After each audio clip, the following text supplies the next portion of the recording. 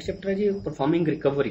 तो अगर आप डेटाबेस अप एंड रनिंग रखना चाहते हैं या आपकी डेटाबेस डाउन है और उसको ओपन करना चाहते हैं तो आपके पास कंट्रोल फाइल सारी अवेलेबल होनी चाहिए, आपके पास एसपी फाइल होनी चाहिए, आपके पास सारी डिटोलर ग्रुप्स के अंदर एटलीस्ट एक एक मेंबर होना चाहिए और सारी डेटा फाइल्स अवेलेबल होनी चाहिए। अगर इनमें से कोई चीज़ मिसिंग होगी तो डेटाबेस अप नहीं हो सकती, या अगर अप है तो हो सकता है वो डाउन हो जाए। ठीक है, अगर आपके सिस्टम या ऑन टू टेबल स्पेस से रिलेटेड अगर डाटा फाइल करप्ट हो जाए तो डेटाबेस नहीं चल सकती, वो डाउन हो जाएगी। लेकिन बाकी किसी और टेबल स्पेस की डाटा फाइल करप्ट होगी या डिलीट होगी तो डेटाबेस पे डाउन नहीं होगी लेकिन एरर्स आना शुरू हो जाएंगे। कंट्रोल फाइल को करप्ट होगी तो डेटाबेस डाउन हो जाएगी या अप ही नहीं होगी। ठीक है, तो इट इज इंपॉर्टेंट कि आप ये सारी चीजें अवेलेबल रखें ताकि आपकी डेटाबेस, और अगर कोई करप्शन हो जाए तो आपके पास बैकअप होना चाहिए ताकि आप इनको रिस्टोर करके रिकवरी कर सकें। After the database is open, it fails in the cases of the loss of any control file or data file belonging to the system or undo table space and entire ETOOLA group। एक group के अंदर late से एक ही member था, वो पूरा group loss हो गया तो डेटाबेस डाउन हो जाएगा। लेकिन एक ग्रुप में अगर दो मेंबर से एक मेंबर लॉस हुआ तो कोई फर्क नहीं पड़ेगा, लेकिन एरर्स आना शुरू हो जाएंगे। अलर्ट लॉग फाइल के अंदर आपको फौरन से एक मेंबर ऐड करना पड़ेगा, पुराना मेंबर ड्रॉप करके। डाटा रिकवरी एडवाइजर आपके पास एक टूल है, ये इंटरप्राइज मैनेजर के थ्रू भी अवेलेबल है और कमांड लाइन के थ्रू भी अवेलेबल है। इसको यूज करके देखते हैं जरा। तो अगर आर्मन से अगर बैकअप लें, एक स्केड्यूल बैकअप करते हैं, बैकअप लेंगे नहीं, जस्ट एक रन करके देखना चाह रहा हूँ। तो स्केड्यूल कस्टमाइज बैकअप करते हैं। अच्छा, फुल बैकअप लेना है, इंक्रीमेंटल लेना है, ऑनलाइन लेना है, ऑफलाइन लेना है, ये आपको सारे ऑप्शंस पूछ रहा है। मैं फुल बैकअप लेना चाहता हूँ, नेक्स्ट करते हैं। बैकअप डिस्क पे लेना है या टेप पे लेना है। डिस्क पे लेना है तो ओवरराइड डिफॉल्ट सेटिंग्स पे क्लिक करेंगे तो आपसे पूछेगा, लोकेशन पूछ लेगा, कहाँ पे, किस लोकेशन पे बैकअप लेना है। बाय डिफॉल्ट ये फ्लाइट रिकवरी एरिया में ले रहा है, मैं डिफॉल्ट लोकेशन जाने देता हूँ। नेक्स्ट, बैकअप की जॉब का नाम पूछेगा, ये वन टाइम जॉब चले या वन टाइम लेटर चले या रिपीटिंग हो। रिपीटिंग पे क्लिक करेंगे तो ये क्या होगा, ये इसमें आप डे एंड टाइम बता सकते हैं और रिपीटिंग डेज, वो उस पर्टिकुलर डे एंड टाइम पे ऑटोमेटिकली बार बार बैकअप हो जाएगा। तो आप इससे ऑटोमेट भी कर सकते हैं इंटरप्राइज मैनेजर से। ये डेटाबेस का स्केड्यूलर यूज करेगा और जॉब को स्केड्यूल कर देगा और ये जॉब उस पर्टिकुलर स्केड्यूल पे रन हो जाएगी और आपके डेटाबेस का बैकअप हो जाएगा और आपको यहाँ पे रिपोर्ट्स भी अवेलेबल होंगी। और इंटरप्राइज मैनेजर में अगर आप बैकअप रिपोर्ट्स पे आएंगे, वही सारा जो मैंने लिस्ट बैकअप की कमांड के थ्रू देखा था, वो सारे बैकअप लास्ट टाइम कौन कौन से बैकअप्स हुए, फेल हुए या सक्सेसफुल है, वो सारे आपको डिटेल्स बता रहा है। लेट्स से ये एक बैकअप है, इस पर आप क्लिक करेंगे तो उसकी फर्दर डिटेल बताएगा कि किस वक्त बैकअप हुआ।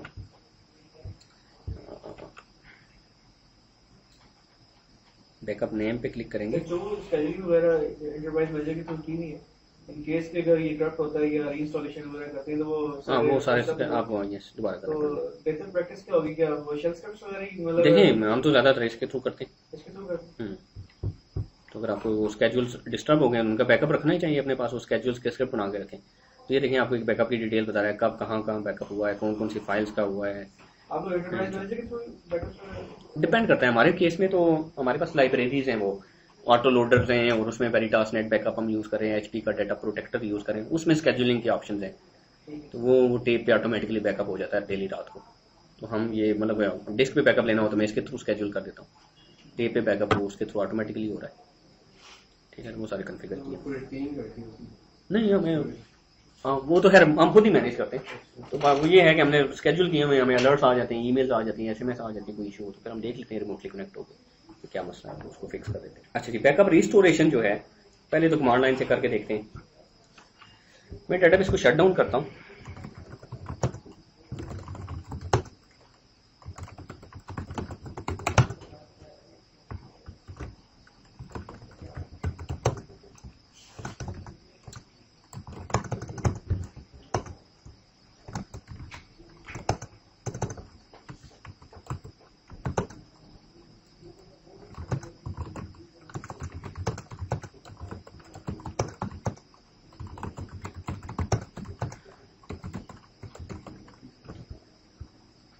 कुछ फाइल्स में रिमूव कर देता हूँ। शट डाउन इसलिए किया कि आपके मेरे फाइल्स वो हैं एएसएम के ऊपर पड़ी, तो एएसएम पे अगर आपकी फाइल्स पड़ी हो और डेटाबेस चल रही हो तो फाइल्स रिमूव नहीं करने देता एएसएम। वैसे तो माइनिंग सीरीज पे आप फाइल्स रिमूव कर सकते हैं, लेकिन एएसएम पे पड़ी हो तो वो रिमूव नहीं हो सकती। मैं फाइल डेटाबेस को स्टार्टअप करता हूँ, किस स्टेज पे जाके एरर देगा, माउंट से ओपन होते हुए, माउंट से ओपन होते हुए सारी डाटा फाइल्स को वेरीफाई करेगा, फाइल्स नहीं मिलेगी, एरर दे देगा ये 2 फाइलें मिसिंग।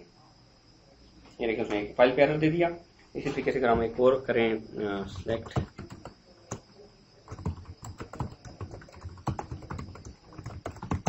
वीटा से रिकवर अंडरस्कोर फाइल है जिसमें फाइल नंबर के नाम से कॉलम है slash file number from v file number comma error from v dollar sign recover underscore file. तो ये आपको बताता है कौन कौन सी फाइल्स मिसिंग है। तो मेरे केस में अगर आप देखें तो फाइल नंबर 4 है एक, तो एक और में हमें फाइल में शायद फाइल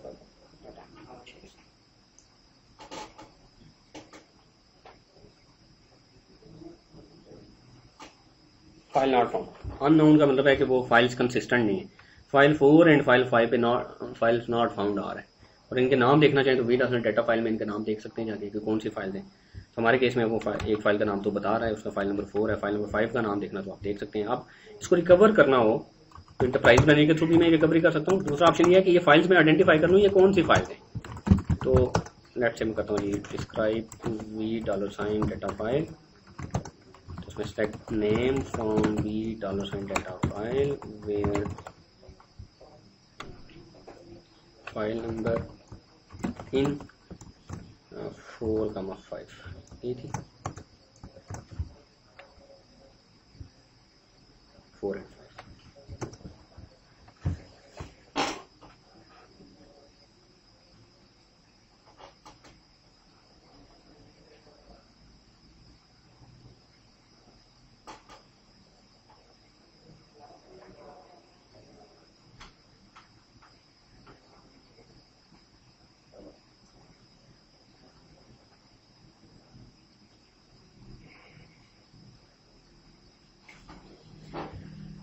ठीक है जी, ये दो फाइल्स बता दी हैं। अब आपके पास ऑप्शन है कि इन दोनों फाइल्स को ऑफलाइन करें, डेटाबेस ओपन कर दें ताकि यूजर्स को डेटाबेस अवेलेबल मिले, वो कनेक्ट हो जाएं और इन दो फाइल्स में से उनका डाटा नहीं मिलेगा।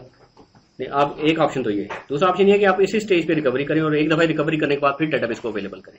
ठीक है, तो हम इसी स्टेज पे रह के भी कर सकते हैं, कोई डिफरेंस नहीं है रिकवरी करने में, एटलीस्ट कोई डिफरेंस नहीं है। आप चाहे इन फाइल्स को ऑफलाइन करके डेटाबेस ओपन कर दें, रिकवरी कर लें, रिकवरी उसी तरीके से होगी, या इसी स्टेज पे माउंट स्टेज पे रहते हुए रिकवरी कर लें, वो भी उसी तरीके से होगी। लेकिन अगर ये फाइल सिस्टम या अनडू टेबल स्पेस से बिलोंग करती तो फिर हम ओपन नहीं कर सकते, उन फाइल को ऑफलाइन नहीं कर सकते क्योंकि उसके बगैर डेटाबेस ओपन नहीं हो सकती। अब अगर हमने रिकवरी करनी है तो सिंपली आरमेन से कनेक्ट होंगे टारगेट डेटाबेस के साथ और उन फाइल्स को रीस्टोर एंड रिकवर कर लेंगे। सिंपली करेंगे कि रीस्टोर डाटा फाइल, वो फाइल का नंबर दे देंगे। वंस वो रीस्टोर हो जाएंगे रिकवर डाटा फाइल, और ये दोनों कमांड आप एक रन के ब्लॉक में भी दे सकते हैं। पहले वो रीस्टोर करे, फिर उसके बाद उस पर रीडू अप्लाई करे और दैट्स इट, कंसिस्टेंट कर दे, फिर आप डेटाबेस ओपन कर दें। दूसरा ऑप्शन ये है, अगर आपको डेफिनेटली आप ऐसे ही करते हैं, हम रिकवरी एडवाइजर बहुत कम यूज करते हैं। आपके पास डाटा रिकवरी एडवाइजर भी अवेलेबल है, उसमें आप करते हैं जी डाटा रिकवरी एडवाइजर यूज करें तो आरमेन से भी यूज किया जा सकता है, कमांड लाइन से, और एंटरप्राइज मैनेजर से ग्राफिकली भी यूज किया जा सकता है। तो मैं आपके पास है लिस्ट फेलियर की कमांड डाटा रिकवरी एडवाइजर में, तो आपको फेलियर्स बताता है कि इस वक्त कितने फेलियर्स हैं। इस वक्त ये आपको बता रहा है फेलियर की आईडी बता रहा है हाई है और कुछ फाइल्स उसने बताया जो मिसिंग है। फिर आप करेंगे जी एडवाइस फेलियर। एडवाइस फेलियर में वो जो फेलियर हुआ है उसको रिकवर करने की एडवाइजरी आपको बताएगा कि कैसे रिकवर करें उसको, इनके स्क्रिप्ट जनरेट करके दे देगा कि क्या होना चाहिए, आपके पास बैकअप होना चाहिए। ये देखिए उसने मुझे इस लोकेशन पे एक स्क्रिप्ट जनरेट करके दे दिया। अब मैं स्क्रिप्ट को एग्जीक्यूट करना चाहूंगा तो मैं करूंगा रिपेयर फेलियर, तो ये स्क्रिप्ट एग्जीक्यूट कर देगा। तो ये देखिए उस स्क्रिप्ट में क्या लिखा हुआ है, restore data file, file number 4 and 5 और recover data file, file number 4 and 5। ठीक है, तो अगर आपको ये कमांड्स खुद से पता है तो फिर रिकवरी एडवाइजर यूज करने की जरूरत नहीं है। लेकिन अगर आपको नहीं पता कैसे रिस्टोर करना है, कैसे रिकवरी करनी है, तो आप simply data recovery advisor use कर सकते हैं। वो चाहे इंटरप्राइज मैनेजर के थ्रू जाके लॉगिन करके यूज करना है, चाहे यहाँ से कर लें। लेट्स मैं इसको यस करता हूँ। सबसे पहले वो फाइल्स को रिस्टोर करेगा, मींस के उसने बैकअप लिया हुआ जहां पे, वहां से उठाएगा, एक्चुअल लोकेशन पे वो बैकअप प्लेस करेगा। फिर उसको कंसिस्टेंट करने के लिए उसके बाद उसका जितना चेंजेस हुई थी check point number control file के साथ मैच करने के लिए उसके ऊपर रिडू अप्लाई करेगा। वो आर्काइव्स के फॉर्म में भी हो सकती है, वो करंट रिडू ग्रुप में भी वो रिड्यूस हो सकती है, करंट और एक्टिव में, करंट और एक्टिव ग्रुप से प्लस आर्काइव से वो आपका रिडू की इन्फॉर्मेशन उठाएगा, उन डाटा फाइल्स के ऊपर प्लेस करेगा। चेक पॉइंट नंबर की इन्फॉर्मेशन जब मैच हो जाएगी सारी डाटा फाइल्स की और कंट्रोल फाइल्स की, तो फिर आप डाटाबेस ओपन कर सकते हैं। अब देखें रीस्टोर कंप्लीट हो गया, रीस्टोर कंप्लीट इतनी देर में हुआ है। अब ये रिकवरी इनिशिएट करेगा। रीस्टोर का मतलब होता है फाइल्स को उठाए बैकअप में से और एक्चुअल लोकेशन पे जाके प्लेस कर दे, दैट इज रीस्टोर। रिकवरी का मतलब है उसके ऊपर रीडू अप्लाई करें, आर्काइव्स अप्लाई करें, दैट इज कॉल्ड। दो फेजेस में होता है, एक रीस्टोर होता है और एक रिकवरी होती है। तो जितनी देर में ये रिकवरी होती है हम जरा चैप्टर को भी देख लेते हैं जी। Advise failure, ADVISE। ये फ्लैश रिकवरी एरिया से उठा रहा है बैकअप। जी जी बिल्कुल।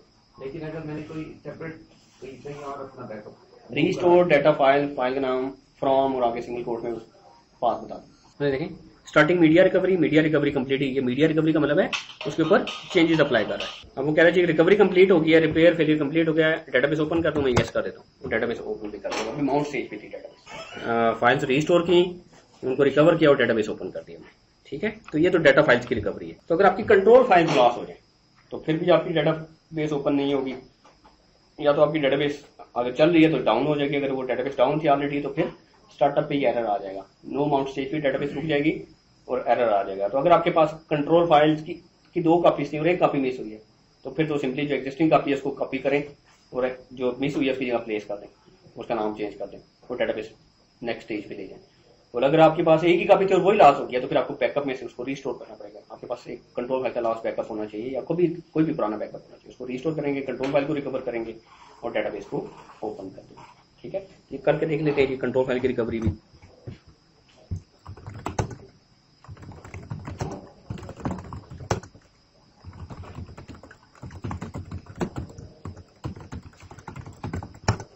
मेरे पास 2 कंट्रोल फाइल है, मैं शट डाउन करता हूँ डेटाबेस को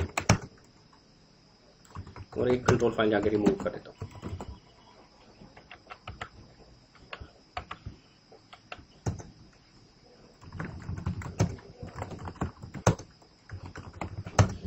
तो नो माउंट्स पे जैसे ही माउंट स्टेज पे जाएगा तो एक कंट्रोल फाइल हालांकि अवेलेबल है लेकिन दोनों कंट्रोल फाइल्स को ये वेरीफाई करेगा। उन्हें एरर दे दीजिए, error identify control file, check alert log file for more info. अब अलर्ट लॉग फाइल में एग्जैक्ट कंट्रोल फाइल का नाम और पाथ बता रहा होगा, ये मिसिंग है। अब हमें पता है हमें कौन सी मिसिंग है, नहीं पता तो आप अलर्ट लॉग फाइल ओपन करेंगे, उसमें देखेंगे आपको एग्जैक्ट एरर दिखा रहा होगा कि कौन सी कंट्रोल फाइल का इशू है। अब आपके पास 2 ऑप्शन है, जो एग्जिस्टिंग कंट्रोल फाइल है उसको जाके वेरीफाई करें, अवेलेबल है उसको कॉपी करें, इस लोकेशन पे पेस्ट कर दें। दूसरा ऑप्शन ये कि ये आप सिंपली जाके कॉपी पेस्ट करने के बजाय आप आरमेन पे जाएं, टारगेट डेटाबेस से कनेक्ट हो, आप करें रिकवर कंट्रोल फाइल फ्रॉम और सिंगल कोट्स में एग्जिस्टिंग कंट्रोल फाइल का नाम और पाथ बता दें। तो वो देखेगा कौन सी कंट्रोल फाइल्स मिसिंग है, कितनी मिसिंग है, टोटल कितनी होनी चाहिए, और जो अवेलेबल है सिर्फ उसको कॉपी करेगा। रिकवर रिस्टोर, सॉरी रिकवर नहीं, ये तो रिस्टोर है।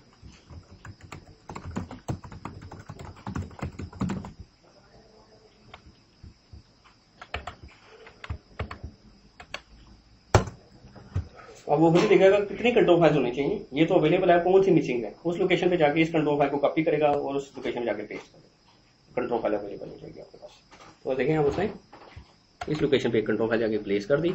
अब अगर आप करेंगे अल्टर डेटाबेस माउंट तो डेटाबेस माउंट स्टेज पे चली जाएगी और फिर आप ओपन कर सकते हैं डेटाबेस को।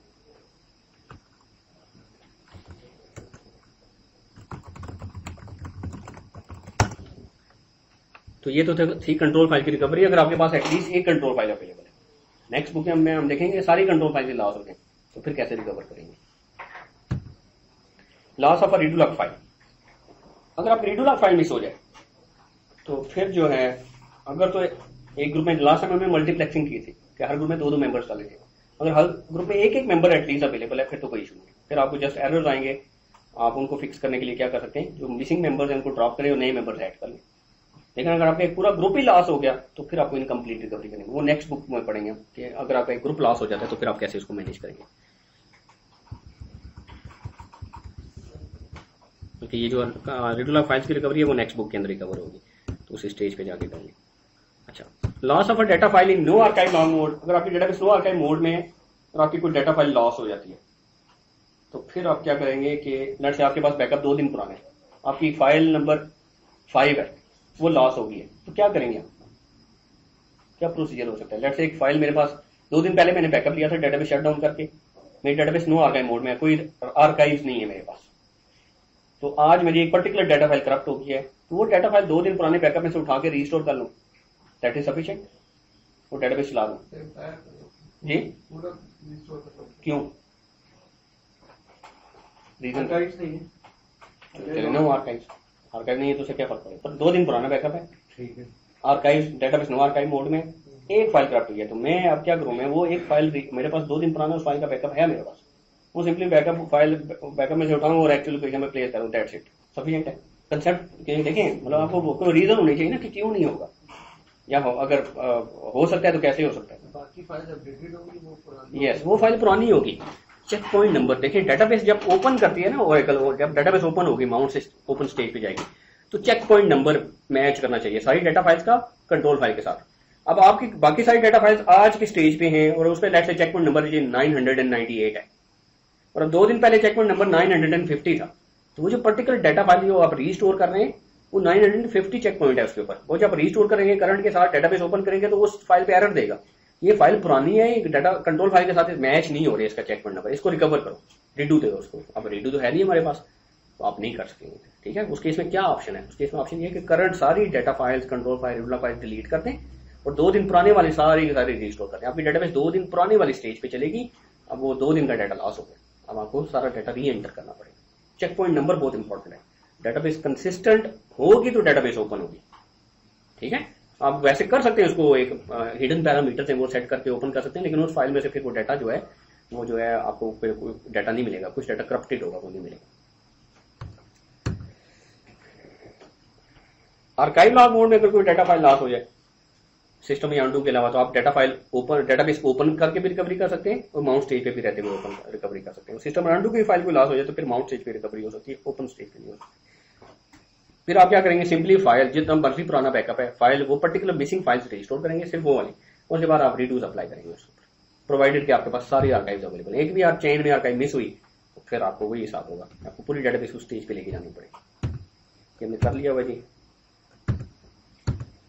डाटा फेलियर अगर आप इंटरप्राइज मैनेजर से करेंगे तो एडवाइस एंड रिकवर का ऑप्शन है उसमें। वो 2 दिन से लेके आज तक होनी चाहिए, जब भी लास्ट फुल बैकअप है, यानी कि वो बैकअप जिस दिन का उसके बाद से लेकर अभी तक की सारी आर्काइव होनी चाहिए।